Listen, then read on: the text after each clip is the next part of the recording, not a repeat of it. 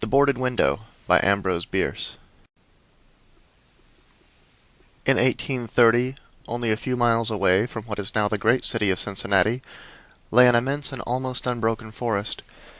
The whole region was sparsely settled by people of the frontier, restless souls, who no sooner had hewn fairly habitable homes out of the wilderness, and attained to that degree of prosperity which today we should call indigence, then, impelled by some mysterious impulse of their nature, they abandoned all and pushed farther westward, to encounter new perils and privations in the effort to regain the meagre comforts which they had voluntarily renounced.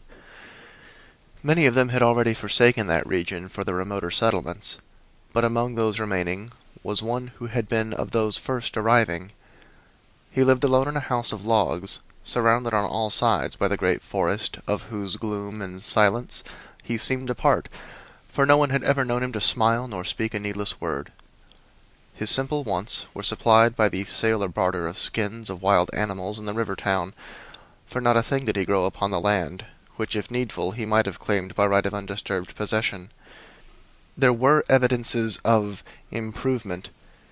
A few acres of ground immediately about the house had once been cleared of its trees, the decayed stumps of which were half concealed by the new growth that had been suffered to repair the ravage wrought by the axe. Apparently the man's zeal for agriculture had burned with a failing flame, expiring in penitential ashes. The little log house, with its chimney of sticks, its roof of warping clapboards weighted with traversing poles, and its chinking of clay, had a single door, and directly opposite a window. The latter, however, was boarded up. Nobody could remember a time when it was not, and none knew why it was so closed, certainly not because of the occupant's dislike of light and air, for on those rare occasions when a hunter had passed that lonely spot, the recluse had commonly been seen sunning himself on his doorstep if heaven had provided sunshine for his need. I fancy there are few persons living today who ever knew the secret of that window, but I am one, as you shall see. The man's name was said to be Murlock. He was apparently 70 years old, actually about 50. Something besides years had had a hand in his aging. His hair and long full beard were white, his grey lustreless eyes sunken, his face singularly seamed with wrinkles, which appeared to belong to two intersecting systems. In figure he was tall and spare, with a stoop of the shoulders, a burden-bearer. I never saw him. These particulars I learned from my grandfather, from whom also I got the man's story when I was a lad. He had known him when living near by in that early day. One day Murlock was found in his cabin, dead. It was not a time and place for coroners and newspapers, and I suppose it was agreed that he had died from natural causes, or I should have been told and should remember.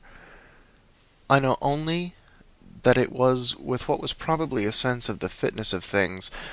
The body was buried near the cabin, alongside the grave of his wife, who had preceded him by so many years that local tradition had retained hardly a hint of her existence. That closes the final chapter of this true story, excepting indeed the circumstance that many years afterward, in company with an equally intrepid spirit, I penetrated to the place, and ventured near enough to the ruined cabin to throw a stone against it, and ran away to avoid the ghost which every well-informed boy thereabout knew haunted the spot. But there is an earlier chapter, that supplied by my grandfather. When Murlock built his cabin, and began laying sturdily about with his axe to hew out a farm, the rifle, meanwhile, his means of support, he was young, strong, and full of hope.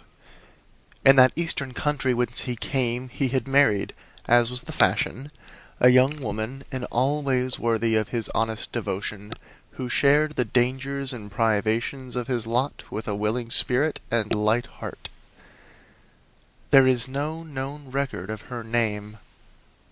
Of her charms of mind and person, tradition is silent, and the doubter is at liberty to entertain his doubt, but God forbid that I should share it. Of their affection and happiness, there is abundant assurance in every added day of the man's widowed life. For what but the magnetism of a blessed memory could have chained that venturesome spirit to a lot like that? One day Murlock returned from gunning in a distant part of the forest to find his wife prostrate with fever and delirious. There was no physician within miles, no neighbor, nor was she in a condition to be left to summon help, so he set about the task of nursing her back to health. But at the end of the third day she fell into unconsciousness and so passed away, apparently with never a gleam of returning reason. From what we know of a nature like his, we may venture to sketch in some of the details of the outline picture drawn by my grandfather. When convinced that she was dead, Murlock had sense enough to remember that the dead must be prepared for burial. In performance of this sacred duty he blundered now and again, did certain things incorrectly, and others which he did correctly were done over and over. His occasional failures to accomplish some simple and ordinary act filled him with astonishment like that of a drunken man who wonders at the suspension of familiar natural laws. He was surprised, too, that he did not weep, surprised and a little ashamed. Surely it is unkind not to weep for the dead. "Tomorrow," he said aloud, "I shall have to make the coffin and dig the grave, and then I shall miss her, when she is no longer in sight. But now, she is dead, of course. But it is all right. It must be all right somehow. Things cannot be so bad as they seem." He stood over the body in the fading light, adjusting the hair and putting the finishing touches to the simple toilet, doing all mechanically with soulless care. And still through his consciousness ran an undersense of conviction that all was right, that he should have her again as before, and everything explained. He had had no experience in grief. His capacity had not been enlarged by use. His heart could not contain it all, nor his imagination rightly conceive it. He did not know he was so hard struck. That knowledge would come later, and never go.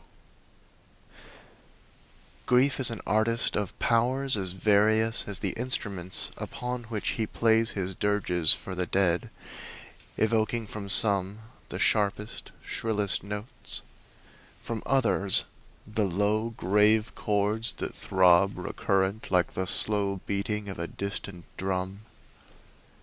Some natures it startles, some it stupefies. To one it comes like the stroke of an arrow stinging all the sensibilities to a keener life. To another is the blow of a bludgeon, which in crushing benumbs. We may conceive Murlock to have been that way affected, for, and here we are upon surer ground than that of conjecture, no sooner had he finished his pious work than, sinking into a chair by the side of the table upon which the body lay, and noting how white the profile showed in the deepening gloom, he laid his arms upon the table's edge, and dropped his face into them, tearless yet, and unutterably weary. At that moment came in through the open window a long, wailing sound, like the cry of a lost child in the far deeps of the darkening wood. But the man did not move. Again, and nearer than before, sounded that unearthly cry upon his failing sense. Perhaps it was a wild beast. Perhaps it was a dream, for Murlock was asleep.